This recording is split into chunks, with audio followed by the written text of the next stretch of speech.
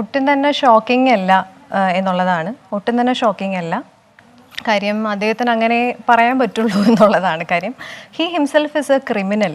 കാര്യം എനിക്ക് ആദ്യം ഇതിങ്ങനെ നമ്മളെ ഫീഡിൽ ഈ ഒരു ഇദ്ദേഹത്തിൻ്റെ റെസ്പോൺസ് ഇങ്ങനെ പോകുന്ന സമയത്തും ഒക്കെ എനിക്ക് ഭയങ്കരമായിട്ടുള്ള ബുദ്ധിമുട്ടുണ്ടായിരുന്നു. ഞാൻ സ്കിപ്പ് ചെയ്ത് കളയുമായിരുന്നു. കാര്യം ഈ മെലോ ഡ്രാമ കാണാൻ ഭയങ്കരമായിട്ടുള്ള ബുദ്ധിമുട്ടുണ്ട് ബീയിങ് എ സർവൈവർ. കാര്യം ഞാൻ നേരത്തെ പറഞ്ഞ പോലെ ബീയിങ് എ സർവൈവർ ഈ മെലോ ഡ്രാമ നമുക്ക് കാണാൻ ഒരു പരിധി ഉണ്ടല്ലോ. അപ്പം സ്വാഭാവികമായിട്ട് ഇൻസ്റ്റിങ്ക്റ്റ് തന്നെ നമുക്ക് വല്ലാത്തൊരു രീതിയിലുള്ള റെസ്പോൺസ് ആയിരിക്കും ഫിസിയോളജിക്കലി ആണെങ്കിലും എല്ലാ രീതിയിലും നമുക്ക് തരുന്നുണ്ടായിരിക്കുന്നത്. അപ്പം എനിക്ക് തോന്നിയ ഒരു കാര്യം എന്ന് വെച്ച് കഴിഞ്ഞാൽ ഇയാൾ ഇതൊക്കെ ക്രിമിനൽ ആക്ടിവിറ്റീസ് ആണ് എന്ന് ഇതൊക്കെ പറയുമ്പോൾ ഇത്രത്തോളം അവയർനെസ് മിസ്റ്റർ സിദ്ദിഖിനുണ്ടായിരുന്നോ എന്നുള്ളതാണ് എൻ്റെ ഏറ്റവും വലിയ അത്ഭുതം.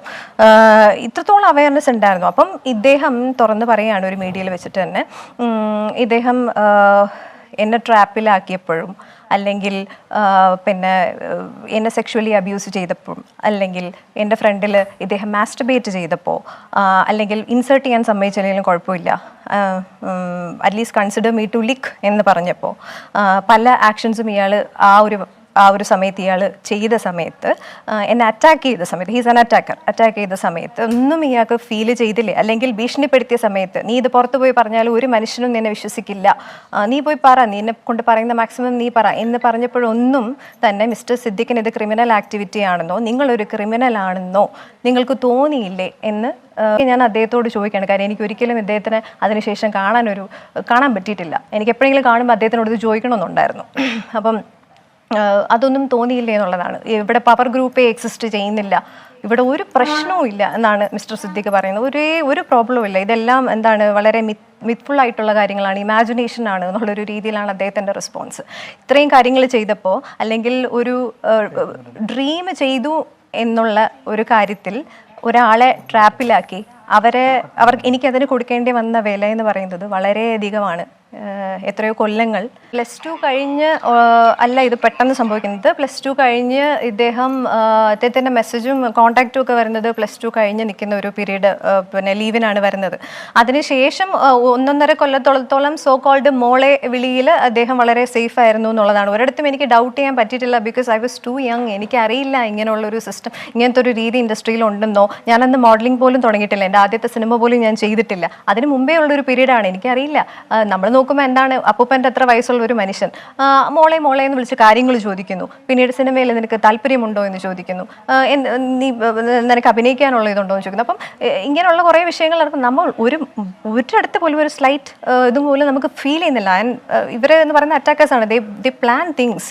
അപ്പം ആ ഒരു ലീവിന് ശേഷം കുറേയൊക്കെ കഴിഞ്ഞതിന് ശേഷം എനിക്ക് തോന്നുന്നു അറൗണ്ട് ഒരു 21 ഇയർ ഉള്ളപ്പോഴാണ് ഇത് ജീവിതത്തിൽ സംഭവിക്കുന്നത്. നിള തിയേറ്ററിൽ അയാൾ സുഖമായിരിക്കട്ടെ എന്ന് പറയുന്ന ഒരു മൂവിയുടെ പ്രിവ്യൂ കാണാൻ ക്ഷണിക്കുന്നു. ഞാൻ പോയി.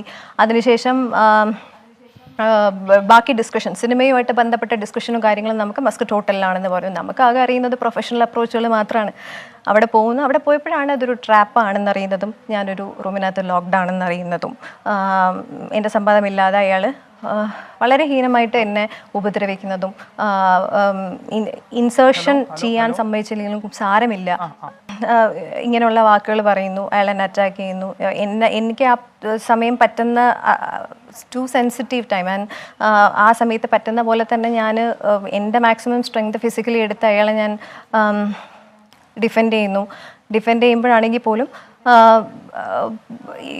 ഈ പറയുന്ന പോലെ ഇഷ്ടം പോലെ കാര്യങ്ങൾ ഞാൻ സീക്ക് ചെയ്യാണ് ഹെൽപ്പിന് വേണ്ടി. എനിക്ക് ആകെ എപ്പോഴും എനിക്ക് ട്രോമയായിട്ട് ഓർമ്മ വരുന്നൊരു കാര്യമാണ് അവിടുത്തെ മിറർ, മസ്കറ്റ് ഹോട്ടലിലെ മിറർ. ബിക്കോസ് ഞാൻ ഈ ചാവുമോ, എന്നെ കൊന്നുകളയോ, നെക്സ്റ്റ് മൊമെൻറ്റിൽ എന്താ, ഞാൻ ഏത് വഴി എസ്കേപ്പ് ചെയ്യും, ഇതൊന്നും തന്നെ എനിക്ക് അറിയൂല. എനിക്കിനി അടുത്ത നിമിഷം അച്ഛനും അമ്മയും കാണാൻ പറ്റുമോ, ഇങ്ങനത്തെ കുറേ വിഷയങ്ങൾ എൻ്റെ തലയിൽ കൂടെ ആ സമയത്ത് പോവാണ്. ആൻഡ് ഫൈനലി ഞാൻ എൻ്റെ എല്ലാ സ്ട്രെങ്തും എടുത്ത് ഞാൻ ഡിഫെൻഡ് ചെയ്ത് എങ്ങനെയോ പുറത്തിറങ്ങി പോകാൻ വേണ്ടി ഒരു മണിക്കൂർ ഞാൻ അതിനകത്തായിരുന്നു. പുറത്തിറങ്ങി പോയ സമയത്താണ് ഇദ്ദേഹം, ഞാൻ അയാളുടെ പറഞ്ഞു ഞാനിത് റിപ്പോർട്ട് ചെയ്യും, ഞാനിത് പുറത്ത് പറയും എന്ന് പറയുമ്പോഴും അത്രയും എന്താണ് ആ പവർ എന്നൊക്കെ പറയുന്ന ഒരു അതോറിറ്റേറിയൻ ആക്റ്റായിരുന്നു. ലൈക്ക് ഹിസ് സോ എന്താ പറയുക, you go and say to anyone in this world, nobody will believe you. ആര് വിശ്വസിക്കാൻ നിന്നെയൊക്കെ? നീയൊക്കെ എന്താ? നീയൊക്കെ ഏതെങ്കിലും ഒരു സിനിമയിൽ അഭിനയിച്ചിട്ടുണ്ടോ? നീ ആരോടോ പോയി പറയ്. എനിക്കിവിടെ എത്രയോ ആൾക്കാർ ഇവിടെ എന്നെ വിശ്വസിക്കുന്നുണ്ട്. He was right Hashmi, because അയാൾ പറഞ്ഞിരുന്നു. അതുപോലെ തന്നെയാണ് പിന്നീട് സംഭവിച്ചത്. ഞാനിത് പുറത്ത് വെളിപ്പെടുത്തുന്ന എത്രയോ കൊല്ലത്തിന് ശേഷമാണ്. ഞാൻ വെളിപ്പെടുത്തിയപ്പോൾ ഐ എം സേയിങ് ദിസ്, ഒരു മനുഷ്യൻ എൻ്റെ കൂടെ ഉണ്ടായിരുന്നില്ല എന്നുള്ളതാണ്. ഒരു സിസ്റ്റവും എൻ്റെ കൂടെ ഉണ്ടായിരുന്നില്ല, ഒരാളും എൻ്റെ കൂടെ ഉണ്ടായിരുന്നില്ല. എനിക്ക് ഞാൻ മാത്രം ഉണ്ടായിരുന്നു. എൻ്റെ അമ്മയുണ്ടായിരുന്നു, അച്ഛനുണ്ടായിരുന്നു. ഞാൻ ആ ഡ്രീം കൈവിട്ടിട്ടില്ല. ചെവിക്കല്ലിന് അപ്പുറത്തേക്ക് അടിക്കാൻ തോന്നും എന്നുള്ളതാണ് കാര്യം. എന്ന് വെച്ച് കഴിഞ്ഞാൽ ആരാണ് ഇവരൊക്കെ ഫസ്റ്റ് സംസാരിക്കാൻ? നമ്മളാണ് അനുഭവിച്ചത്, നമുക്കേ അറിയുള്ളൂ അതിൻ്റെ A to Z. ഒരു മനുഷ്യനും ഒന്നും പറയാനുള്ള സേ ഇല്ല. നിങ്ങൾക്ക് ഐദർ ഞാൻ വായിച്ച പോലെ നിങ്ങൾക്ക് ഒന്നുകിൽ മിസോജിനിസ്റ്റ് ആവാം, അല്ലെങ്കിൽ കൃത്യമായി സപ്പോർട്ട് ചെയ്യുന്ന ഒരാളാവാം, ഒരു ഫെമിനിസ്റ്റ് ആവാം എന്ന് പറഞ്ഞ പോലെ. നിങ്ങൾക്ക് മനസ്സിലായില്ലെങ്കിൽ ബെറ്റർ നമ്മളെ ഉപദ്രവിക്കാൻ വരരുത് എന്നുള്ളതാണ്. അത് പഠിക്കാനെങ്കിലും തയ്യാറായി വരണം എന്നുള്ളതാണ്. അങ്ങനത്തെ ഒരു ഇത് ഇവിടെ ഒരിടത്തും സോഷ്യൽ മീഡിയയിലാണ്. എന്തെല്ലാം അറ്റാക്കുകൾ എന്ന് പറയും, സൈബർ അറ്റാക്ക്, എന്തൊക്കെ പേരുകളാണ്. Trouble maker. എനിക്കൊരു സിനിമയിൽ പോലും വർക്ക് ചെയ്യാൻ പറ്റുന്നില്ല. ഞാനൊരു ട്രബിൾ മേക്കറാണ്. ഞാൻ ഒരു സെറ്റിൽ പോയി കഴിഞ്ഞാൽ അങ്ങേയറ്റം പ്രൊഫഷണലായിട്ടാണ് ഞാൻ നിൽക്കുന്നത്. കാര്യം ഞാൻ സിനിമയെ സയൻസ് ആയിട്ടാണ് കാണുന്നത്. ഒരു സയൻറ്റിഫിക്കൽ അത് അത്രത്തോളം ബ്രീഫായിട്ടുള്ളൊരു കാര്യമാണ്. എന്തെങ്കിലും വന്ന് പോയി ചെയ്യാനോ ഒന്നിനും അല്ല ഞാൻ ഇറങ്ങിത്തിരിച്ചത്. എനിക്ക് അങ്ങനെ നിൽക്കണം. അതുകൊണ്ട് തന്നെയാണ് ഇന്നും ആ ഡ്രീമിന് വേണ്ടി ഞാൻ കഷ്ടപ്പെടുന്നത്. പക്ഷേ നമുക്കുണ്ടാവുന്ന കുറേ പേരുകൾ ട്രബിൾ മേക്കർ. പല ഫ്രണ്ട്സും ഇതുമായിട്ട് അവരൊന്നും ഫ്രണ്ട്സാണ്, റിയൽ ഫ്രണ്ട്സാണെന്ന് ഞാൻ വിശ്വസിക്കുന്നില്ല. അപ്പം പലവർക്കും സംസാരിക്കാൻ തന്നെ ബുദ്ധിമുട്ടാണ് എന്നോട്. കാര്യം എന്നോട് സംസാരിച്ചു കഴിഞ്ഞാൽ അവരെ നിലനിൽപ്പായിരിക്കാം, നിലനിൽപ്പിനപ്പുറത്തേക്ക് അവർക്ക് അവരുടെ ചാൻസ് പോകണ്ട എന്നുള്ളൊരിതായിരിക്കാം. അവർക്ക് സംസാരിക്കേണ്ട.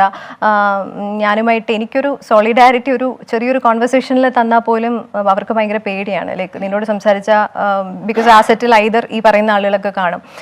എന്നോട് ഒരു പിക്ചർ ഷെയർ ചെയ്താലോ എന്തൊക്കെയും ഇവരുമായിട്ട് നിങ്ങൾക്ക് എന്താണ് ടൈപ്പ്, സോ അവരുടെ ചാൻസ് പോയിപ്പിക്കുക, ഇങ്ങനെയുള്ള എന്തെല്ലാം കാര്യങ്ങളാണ്. ട്രബിൾ മേക്കർ മാത്രമല്ല, അറ്റൻഷൻ സീക്കർ. ഇതാണ് ഞാൻ നേടിയ ഒരു വലിയൊരു കാര്യം, അറ്റൻഷൻ സീക്കർ. ഈ സംഭവിച്ച ഈ വിഷയം പറഞ്ഞ് അറ്റൻഷൻ വാങ്ങാൻ എനിക്ക് എന്തിനാണ്? ഞാൻ ഈ അറ്റൻഷൻ എവിടെ കൊണ്ടുവയ്ക്കാനാണ്? എനിക്കൊന്നും വേണ്ട. ഒരു സമയത്ത് ഞാൻ പ്രതികരിച്ചത് കൊണ്ട് മാത്രം സെൻറ്ററിൽ നിർത്തി അവിടെ ഇവിടെ ഒക്കെ ഞാൻ അറ്റാക്ക് ചെയ്യപ്പെട്ട ഒരാളാണ്. അന്നൊരു മനുഷ്യൻ എൻ്റെ കൂടെ ഉണ്ടായിരുന്നില്ല. ഞാൻ തന്നെ അന്ന് വിട്ടുപോയതാണ്. അതായത് സിനിമ എന്ന് പറഞ്ഞ പാഷനോ അല്ലെങ്കിൽ എൻ്റെ ഡ്രീമോ ഞാൻ മറന്നിട്ടില്ല, അങ്ങനെയല്ല. പക്ഷേ ഞാൻ ഐ വാസ് ടു കൺഫ്യൂസ്ഡ്. കാര്യം എന്താണ് ഈ സംഭവിക്കുന്നത്? നാച്ചുറലായിട്ട് വരുന്നൊരു ഡിഫൻസിനെയും ക്വസ്റ്റ്യൻ ചെയ്യുന്നു. എനിക്കൊന്നും മനസ്സിലാവുന്നുണ്ടായിരുന്നില്ല. അങ്ങനെയാണ് ഞാൻ കുറച്ച് ടൈം ഞാൻ അക്കാഡമിക്കലി ഇൻവെസ്റ്റ് ചെയ്യുകയും തിരിച്ച് അനലൈസ് ചെയ്ത് തിരിച്ച് ബാക്ക് ടു ട്രാക്ക് ആവുകയും ചെയ്തതൊക്കെ. ഒത്തിരി പേരുകളാണ് സോഷ്യൽ മീഡിയയിൽ അറ്റാക്ക് ചെയ്യുന്നതിന് കയ്യും കണക്കും ഇല്ല. ഇവരുടെ കുറേ സോ കോൾഡ് ഫാൻസുകളുണ്ടല്ലോ, സിദ്ദിഖ് ഇക്ക ഫാൻസ്. നമ്മുടെ സിദ്ദിഖ് ഇക്ക അങ്ങനെ ചെയ്യില്ല. സിദ്ദിഖ് ഇവർക്ക് എന്തറിയാം? ഏതെങ്കിലും ക്യാരക്ടറാണോ ഇയാളെ ഡിഫൈൻ ചെയ്യുന്നത്? ഈ പറയുന്ന ഇയാളെ പോലുള്ള പലരും. വേറൊരു കാര്യം ഞാൻ ഈ സമയത്ത് ഓർക്കുന്നു. ഇവിടെ ഒരു അടിച്ചു കയറി വാന്ന് പറയുന്ന ഒരു കമൻറ്റ്, ഒരു ഡയലോഗ് ഈ ഇടയ്ക്ക് ഭയങ്കര ഫേമസ് ആയി റൺ ചെയ്തുകൊണ്ടിരുന്നു. അത് അഭിനയിച്ച ഒരു ആക്ടർ, അയാളുടെ നിന്ന് വന്നൊരു കോളാണ്, ഒരു പാതിരാത്രി വന്നൊരു കോളാണ്. ഒരു ഫോട്ടോഗ്രാഫർ എൻ്റെ കൺസെൻറ്റ് പോലും ഇല്ലാതെ കൊടുത്തൊരു നമ്പർ. ആ നമ്പർ എൻ്റെതാണെന്ന് മനസ്സിലാക്കി പുള്ളി ആ ഫോട്ടോ കണ്ട് അയാൾ അപ്പം തന്നെ എന്നെ നൈറ്റ് കോൺടാക്ട് ചെയ്തിട്ട്, ഇവർക്കൊക്കെ സെയിം, അതാ ഞാൻ പറയാൻ പോകുന്നത്. ഇവരെല്ലാവരും they all are in the same boat. ഒരേ ക്യാരക്ടറിസ്റ്റിക്സും ഒരേ ക്രിമിനാലിസവും ഒരേ പോയ്സണും എല്ലാം ചുമന്നുകൊണ്ട് നടക്കുന്നവരാണ്. അതുകൊണ്ടാണല്ലോ അവർ തമ്മിൽ ഭയങ്കര ഐക്യമുള്ളത്. അപ്പോൾ ഈ പറയുന്ന ആൾ എന്നെ വിളിച്ചിട്ട് അയാൾ ചോദിച്ച വാക്കുകളാണ്, നിങ്ങൾക്ക് സെക്സ് ചെയ്യാൻ താല്പര്യമുണ്ടോ? സെക്സ് നിങ്ങൾക്ക് ഇഷ്ടമാണോ? നിങ്ങൾക്ക് എന്താണ് ഇഷ്ടപ്പെട്ട പൊസിഷൻ? ഇതൊക്കെയാണ് അയാൾ ചോദിച്ചത്. അന്നും ഈ പറയുന്ന വളരെ യങ്, ഒരു 20-21. ഈ സമയത്ത് ഐ വാസ് ടു ഷോക്ക്ഡ്. ഒരു കോളിൽ, it was a call and ഞാൻ എടുത്ത് വെച്ചിട്ട് ഇങ്ങനെ ഇരിക്കുകയാണ്. ലൈക്ക് ഞാൻ എന്ത് പറയണം? ഇതെന്താ ഇങ്ങനെ? ഇതാരാ? ലൈക്ക് ഇവർക്ക് എങ്ങനെ അത് പറയാൻ തോന്നുന്നു? അതൊക്കെ നമുക്ക്, ഇതെല്ലാം നമ്മൾ പറയുമ്പോൾ പോലും നീ എന്തിനു കോൾ വെച്ചു, ഇങ്ങനെയൊന്നും ആരും ഇവിടെ ചോദിക്കണ്ട.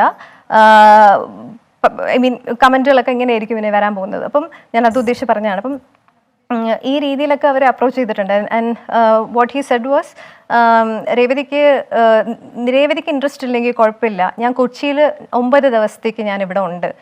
അപ്പോൾ രേവതി ഏതെങ്കിലും സ്ത്രീകളെ, ഫ്രണ്ട്സ് ആയിട്ടുള്ള ആരെങ്കിലും കൊച്ചിയിലുണ്ടെങ്കിൽ ഒന്ന് ഒപ്പിച്ച് തരാൻ പറ്റുമോ എന്ന് ചോദിച്ച ഒരുത്തനാണ് അയാൾ. ഇതുപോലെ എത്രയോ അനുഭവങ്ങളുണ്ട്. ഇതൊക്കെ കൂടെ തന്ന്, അതായത് നമ്മൾ പുറത്ത് പെട്ടെന്ന് ആരും ഈവൻ പറയാനുള്ള സ്പേസ് വീട്ടിലുണ്ടായിട്ട് പോലും നമുക്ക് എന്താ സംഭവിക്കുന്നത് ആ വയസ്സിൽ ഒന്നും നമുക്ക് മനസ്സിലാവില്ല. ഇത് ഭയങ്കരമായി സൈക്കോളജിക്കൽ ആയിട്ടുള്ളൊരു കാര്യം കൂടെയാണ്. ഇത് ഒരു വയസ്സായപ്പോൾ ഇതെല്ലാം കൂടെ കയറി എന്നെ മെൻ്റലി ധാരാളം രീതിയിലൂടെ, I mean mixed anxiety depressive disorder diagnose ചെയ്യുക, ഡിപ്രഷൻ ഡയഗ്നോസ് ചെയ്യുക, ട്രീറ്റ്മെൻറ്റ് എടുക്കുക, തെറാപ്പി എടുക്കുക, ഇതുപോലെ പല വിഷയങ്ങളിലൂടെയും വന്നാണ് പല കാര്യങ്ങളിലും കടന്നാണ് ഇരിക്കുന്നത്. സോ ഇതിന് കൊടുത്ത പ്രൈസ് എന്ന് പറയുന്നത് എത്രയോ വർഷമാണ്, എൻ്റെ പല എനർജിയാണ്, എൻ്റെ നല്ല സ്റ്റേറ്റ് ഓഫ് മൈൻഡാണ്, എൻ്റെ നിഷ്കളങ്കമായ ഒരു പ്രായം, മനസ്സ്, ഇങ്ങനെ കുറേ കാര്യങ്ങളുണ്ട്. അപ്പം ഇത് ഒരു സമയത്ത് പറഞ്ഞപ്പം നോബഡി വാസ് വിത്ത് മീ. ഞാൻ പരാതി പോകുന്നതിനെ പറ്റി ഞാൻ ആലോചിച്ചിട്ടില്ല. കാര്യം എന്ന് വെച്ച് കഴിഞ്ഞാൽ എനിക്ക് കുറച്ച് കാലമേ ഉള്ളൂ അതെൻ്റെ സന്തോഷത്തിനും സെൽഫിനും വേണ്ടി വർക്ക് ചെയ്യണം. ഞാൻ പറഞ്ഞിരുന്നപ്പോൾ എനിക്കൊരു സപ്പോർട്ടും കിട്ടിയില്ല. ആ സപ്പോർട്ടില്ലായ്മ വലിയൊരു അബാൻഡൻമെൻറ്റിലേക്ക് എത്തി. അതിൻ്റെ മുറിവുകളൊക്കെ ഇന്നും എന്നെ നമ്മൾ പലരും പറയില്ലേ, ചിന്തിക്കരുത്, ഇതൊന്നും മനസ്സിൽ നിന്ന് വരരുത്, ഒന്ന് കുളിച്ചാൽ മാറും, ഒന്നത് ചെയ്താൽ മാറും, ഇങ്ങനെയൊക്കെ കുറേ വിഷയങ്ങൾ ഈവൻ വളരെ ക്ലോസ്ഡ് വിശ്വസ്ഡ് സർക്കിളിൽ നിന്ന് വരെ എനിക്ക് ഉണ്ടായിട്ടുണ്ട്. ആൻഡ് ഇതൊരു ലോങ് ടേം ഇതിൽ എനിക്ക് പൊക്കോണ്ടിരുന്നപ്പോൾ തന്നെ എനിക്ക് ഓരോ ദിവസം ഈ തോട്ട് വന്നാണ് ഞാൻ തിരിച്ച് ലൈഫിൽ ഓക്കെ ആയിട്ട് ഒരു ബെറ്റർ വേർഷനിൽ വന്നുകൊണ്ടിരിക്കുന്നത്. I mean